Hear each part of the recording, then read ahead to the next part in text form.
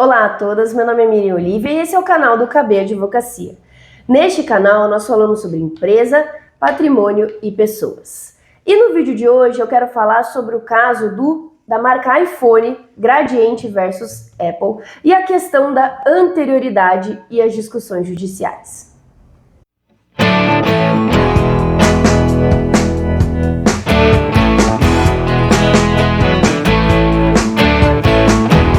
Isso mesmo, gente. No vídeo de hoje nós vamos falar especificamente sobre um caso, o caso da marca iPhone, que já gerou muita discussão no direito brasileiro, tá? É um grande caso e que ainda não se encerrou, então ainda pode gerar muitas discussões no nosso âmbito jurídico do registro de marca. E vamos entender como que funciona e o que está acontecendo neste caso. A empresa Gradiente realizou o registro da marca iPhone, o pedido de registro nos anos 2000, tá? Naquela época, o registro de marca não era tão rápido quanto é hoje. Então eles entraram com o pedido nos anos 2000, certo? Esse pedido passou por algumas fases, teve inclusive oposição de terceiros, então outras empresas entraram com oposição para que essa marca não fosse registrada, mas a Gradiente conseguiu o registro em 2007. Então, durante 7 anos, esse processo de registro de marca ficou ativo. Para vocês terem uma ideia, hoje, um processo de registro de marca, mesmo com oposição, tá? Um processo normal, ele vai durar 1 ano, tá? Com oposição, ele vai durar 2, no máximo 2 anos e meio. Então, durar 7 anos realmente é muito tempo, tá? Isso ocorreu entre os anos 2000 e 2007, tá? Só que a marca Apple, no ano de 2007 e no ano de 2008, lançou então o iPhone. E ela entrou com o pedido de registro no ano de 2008, passado 1 ano então do registro efetivo da Gradiente. E o que aconteceu? Essa disputa, o que a Apple tentou fazer, tá? Na época, ela tentou anular o pedido de registro da Gradiente. E essa disputa passou as barreiras do INPI, passou as barreiras do processo administrativo e foi para o âmbito judicial, certo? Por que isso é uma discussão? Porque qual que é a regra no registro de marca que a gente já falou em vários vídeos e que a gente sempre alerta as empreendedoras e os empreendedores, tá? Que existe o princípio da anterioridade. É dono da marca aquele que registra primeiro. Essa é a nossa regra geral. E é isso que é aplicado para todo mundo, certo?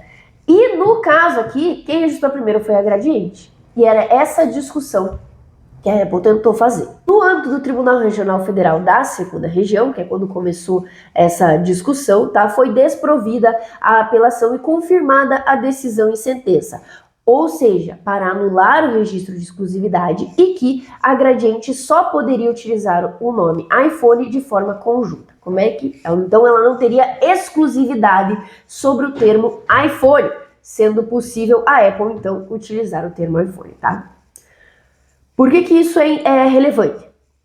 Porque vejam, existem várias marcas que têm nomes parecidos, mas elas são registradas de forma composta, que eu chamo para os nossos clientes. Então, a Gradiente é um caso que a gente pode ver como similar.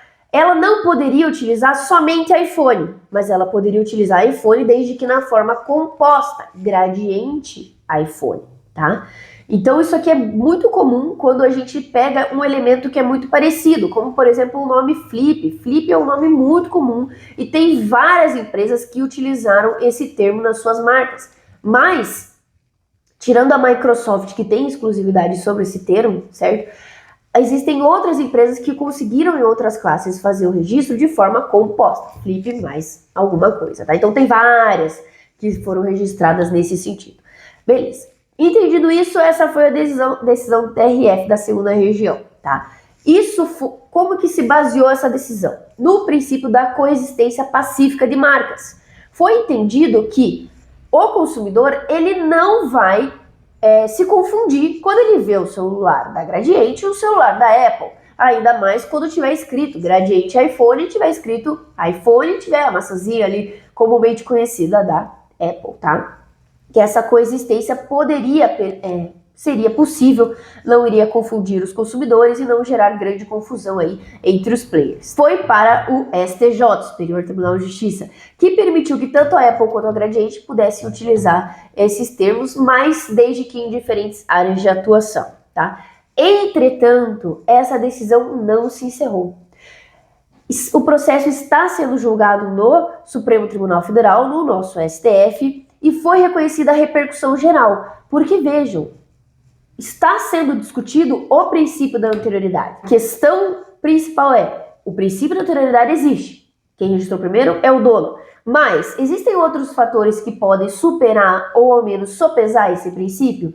Essa é uma grande discussão que ainda está sendo feita, tá? O STF ainda não proferiu uma decisão final sobre esse caso.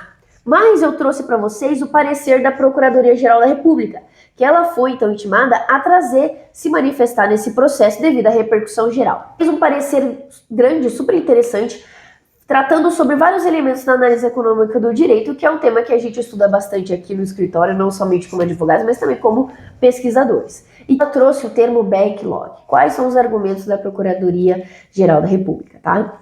De que a demora da administração pública, a demora do Estado, pode acabar, inclusive, não sendo suficiente depois, quando eles tomam a decisão, com a realidade do mercado. O mercado já evoluiu enquanto o Estado ainda não tomou uma decisão. E isso a gente consegue verificar muito nitidamente nesse caso. Porque, como eu disse para vocês, o processo de registro da Gradiente demorou 7 anos.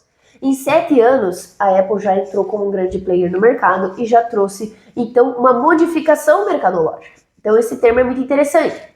Ela traz outros termos relacionados à concorrência e eu trago para vocês qual foi a grande definição. Ela analisou questões de concorrência, de mudança de mercado e ela afirma que a anterioridade não pode ser o critério exclusivo para a permanência ou a concessão do registro do NPI. E ela traz o seguinte entendimento.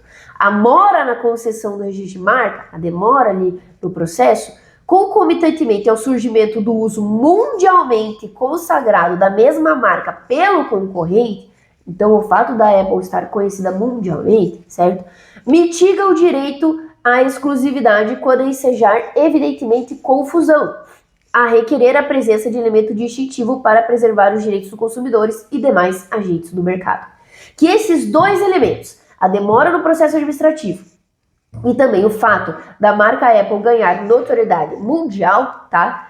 Faria com que essa exclusividade da Gradiente poderia gerar confusão aos consumidores. Então, esse é um parecer muito polêmico e que pode trazer grandes discussões para o nosso direito, tá?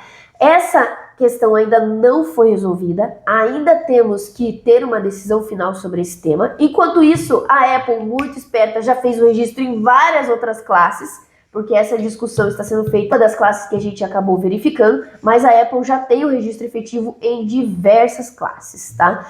Então vejam, esse é um caso paradigma. Se você chegou num caso similar onde a sua marca dá de encontro com uma outra, ou você iniciou o pedido de registro e veio uma outra marca, existem diversas discussões que podem ser feitas sobre esse assunto, mas é preciso consultar um profissional da área que possa avaliar quais os argumentos, quais as teorias e quais os fundamentos legais podem ser aplicados ao seu caso, tá? O mundo do registro de marca às vezes parece muito simples, é só seguir o manual de marcas, quando na verdade não. Existem diversas discussões, tanto no âmbito administrativo quanto no âmbito judicial, doutrinário, legal e aqui no nosso YouTube. Então eu agradeço muito você que acompanhou esse vídeo até o final. E se você tiver sugestões de casos, dúvidas sobre algum caso específico que você queira que a gente trate aqui no canal, pode comentar, pode mandar nas nossas outras redes, que estamos à disposição para trazer esse conteúdo informativo para você. Muito obrigada e até mais!